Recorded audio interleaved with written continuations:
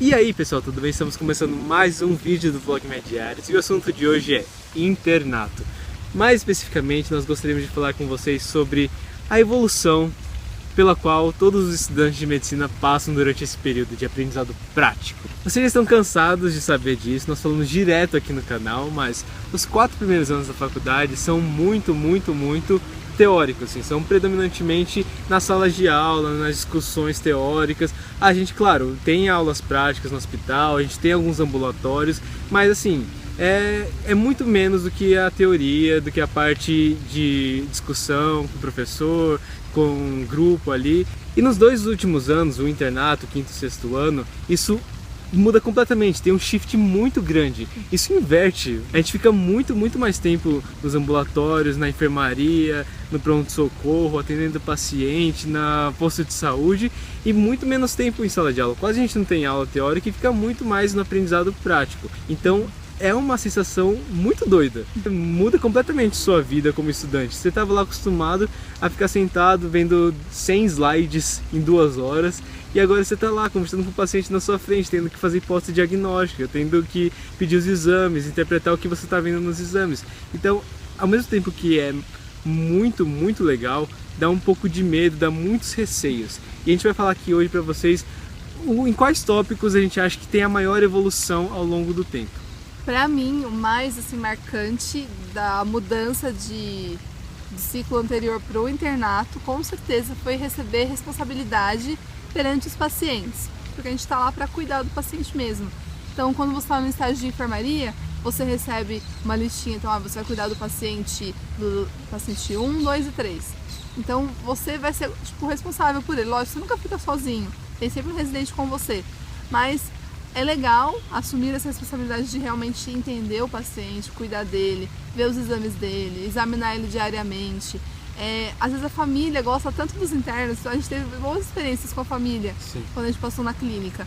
Porque você está todo dia lá, às vezes o residente tem muita função burocrática para fazer, tem muita coisa a mais, e você estando lá e sendo responsável pelo seu paciente, a família confia, então vem tirar dúvidas, vem perguntar do caso, vem conversar, às vezes uma coisa do dia a dia que eu não teve coragem de falar para alguém, acho que isso é bobo, mas vou falar com ele que sempre está cuidando do meu pai, por exemplo, fala.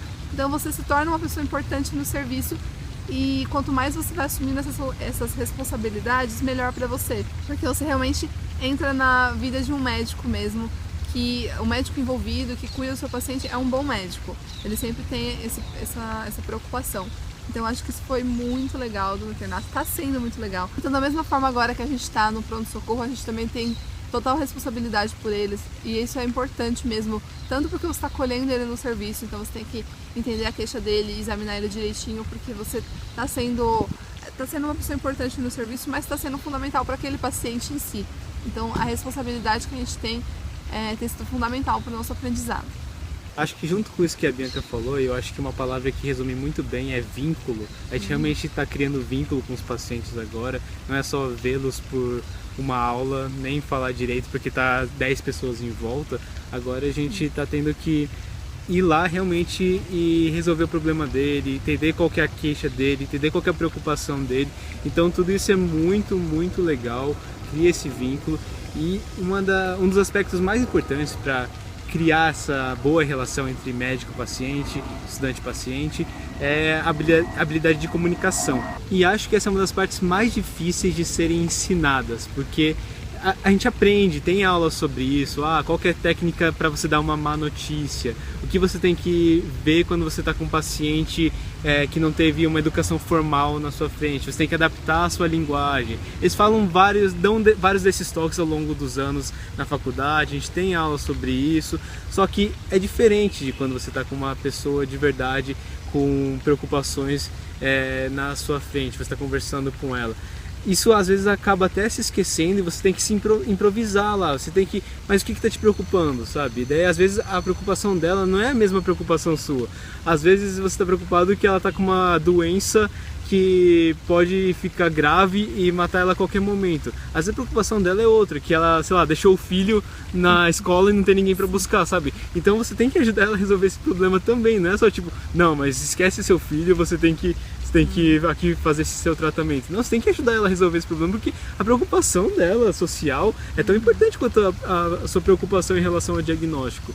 Então tem muita coisa assim que a gente tem que ir lidando ao longo da vida e vai pegando essa experiência. Outra coisa, agora que a gente está no pronto-socorro, tem muito estresse envolvido num ambiente de pronto-socorro. Tem muito paciente para ser atendido, todos eles querem receber atendimento rápido, o que é justo porque eles estão doentes, estão com alguma queixa, só que o nosso número de estudantes, de médicos é limitado, então a gente não consegue atender todos ao mesmo tempo. E claro que daí vem às vezes uma cobrança de por que eu ainda não fui chamado, por que está demorando para sair meus exames.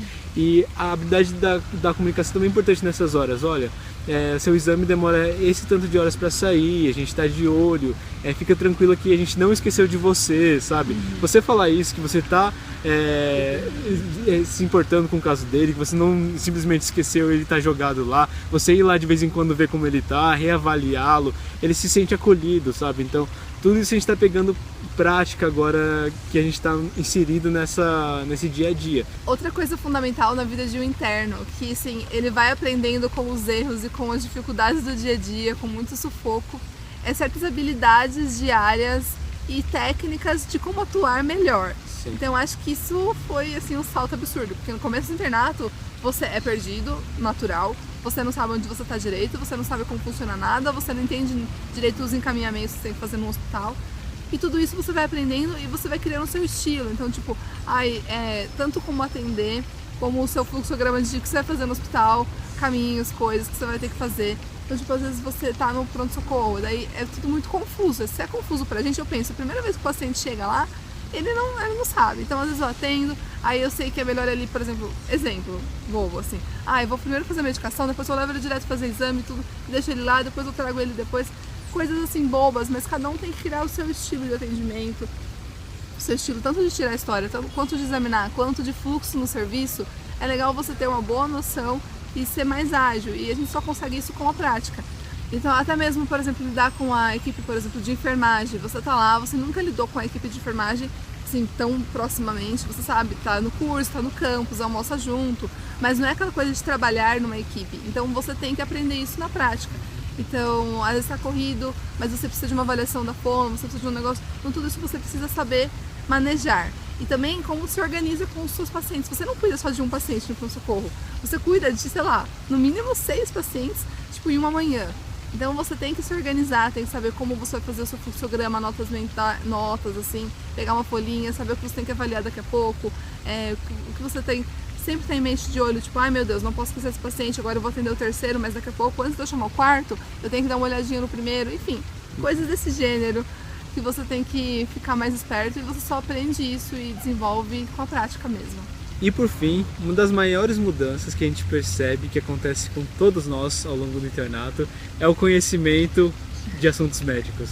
Sério, pessoal, a gente passa 4 anos da faculdade, mas não sei se é porque a gente não vê tanto a aplicabilidade disso na prática, a gente vai esquecendo muita coisa, sabe? A gente não sabe priorizar o que é mais importante, às vezes a gente aprende uns detalhezinhos e esquece de umas coisas essenciais. E daí, no internato, isso é muito mais nítido do que a gente precisa saber para um médico generalista, sabe? Então a gente vai lá, aprende sobre as doenças do fígado. A gente sabe que a gente não vai ser especialista em hepatologia, mas a gente sabe que tem um básico que a gente tem que saber, quais são as principais complicações que o paciente com cirrose tem que ter, quais são as principais escalas para ver o grau de comprometimento hepático, quais são as principais medidas no pronto-socorro que a gente tem que saber, e isso vai ficando muito mais nítido porque a gente vê os pacientes, a gente atende os pacientes, a gente lembra, nossa, eu lembrei do meu primeiro paciente da enfermaria que ele tinha uma ascite, eu lembro que para ele a gente teve que dar isso, teve que usar esse antibiótico, daí a gente vê de novo para paciente do pronto-socorro uma história parecida, a gente já fica alerta para essas coisas. Então naquele paciente aconteceu isso, então eu tenho que tomar cuidado para pedir esse exame para esse paciente para ver se ele também não tem essa mesma complicação. Então as coisas começam a se interligar, muito doido. É legal, porque a gente tem, quando a gente chega no internato, a gente tem muito conhecimento, só que estão jogados, assim, sabe? São muito um aqui, a gente sabe qual que é a ligação disso com isso. E uma das coisas mais legais do internato que os professores fazem a gente juntar tudo isso, sabe? Então a gente vê o paciente como um todo mesmo, isso que é o legal da medicina, né? Então a gente não vê o paciente como cirrose, como hepatopatia, como cardiopatia, a gente vê ele como tudo que ele pode apresentar, sobre todas as intercorrências dele, a saúde dele como um todo, a história social dele influenciando nisso. Isso é uma das coisas mais legais, colocar tudo isso em prática. Então esse é um grande salto que a gente tem no internato, muito nítido para todo mundo, né? Nossa, incrível. O momento que você está com o paciente, o momento prático, o momento do internato em si, gente, é fundamental. E acho que é a hora que a gente, tipo, o conhecimento está lá jogado, mas ele sedimenta, assim, fica uma coisa, você internaliza ele, é isso que eu quero dizer, assim. Ele Sim. virou seu conhecimento mesmo, porque agora sim você teve essa vivência. E talvez, se você tivesse essa vivência lá no começo, talvez não fosse tão boa, porque você não teria base teórica. Tem controvérsias, tem vários sistemas de ensino, mas assim, pra gente acho que funcionou bem esse sistema tradicional de ensino, a gente teve a aula, e agora veio esse internato para fechar muito bem. Então a gente gostou bastante. Gostamos da nossa formação. Eu gostei bastante da minha formação. Eu gostei muito também. Ainda não terminei, mas estou falando assim já, nossa, minha formação, não sei o quê. Mas é uma sensação muito boa você ver esse progresso, sabe? É realmente tudo se junta. É uma sensação extrema, difícil até de explicar. Como tudo começa a fazer sentido quando você vê o paciente na sua frente e você tem que buscar tudo aquilo. Então, o paciente tem essa doença, tem essa outra, já fez esse tratamento, você vai pescando tudo na sua memória, e você junta com a história de vida dele, então ele tem dificuldade para se locomover, então ele tem que ficar internado por causa disso, ele tem que receber esse tratamento agora, porque senão depois vai ficar mais difícil ainda, você tem que juntar tudo, é muito, muito legal, uma sensação muito boa da gente estar conseguindo aos poucos pegar essa vivência. E é isso, pessoal. A gente agora está terminando basicamente o internato, né? Faltam alguns meses. A gente vai gravar um vídeo sobre isso pra vocês também. Não fiquem preocupados. A gente vai falar mais agora sobre a transição internato, vida de médico. Pessoal, se vocês gostaram desse vídeo, então deixa sua curtida e o seu comentário aqui. Se tiverem alguma dúvida, algum comentário, coloquem pra gente que a gente adora ler. Acompanhem nas nossas redes sociais que eu vou pôr aqui na tela. Tem bastante coisa legal por lá. A gente mostra o nosso dia a dia assim, bastante pra vocês. Também tem a nossa caixa postal, vou deixar aqui pra vocês, caso vocês queiram mandar alguma coisinha pra gente. E alguns vídeos relacionados ao final. O vídeo de hoje foi esse, pessoal, e até a próxima.